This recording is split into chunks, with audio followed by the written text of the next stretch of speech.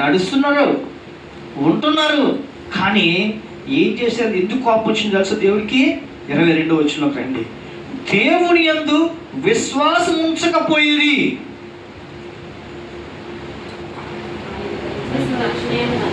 ఆయన దయచేసిన రక్షణ యందు నమ్మిక ఉంచలేదు. ఈరోజు మనం చేస్తున్న పని అదే అని దేవుడు చెప్తున్నాడు నీతో. నీకు ఏదైనా శ్రమ వస్తే ముందుగా నువ్వు ఎవరి దగ్గరికి వెళ్తావు? నీకు కష్టం వస్తే నువ్వు ఎవరి దగ్గరికి వెళ్తావు? తీర్చగలిగిన వారి దగ్గరికే వెళ్ళాలి కదా. తీర్చగలిగిన వాడు ఎవరో తెలిసినప్పుడు తీర్చగలిగిన వారికి నమ్మకంగా ఉండాలి. తీర్చాక దేవునికి స్తోత్రం. అది దేవుడు నీతో మాట్లాడుతున్నాడు. ఇజ్రాయెల్ ప్రజలు రాత్రంతా లైట్స్ లేవు, పుట్ల ఎలక్ట్రిసిటీ లేదట, కానీ దేవుడు ఏం చేస్తున్నాడు?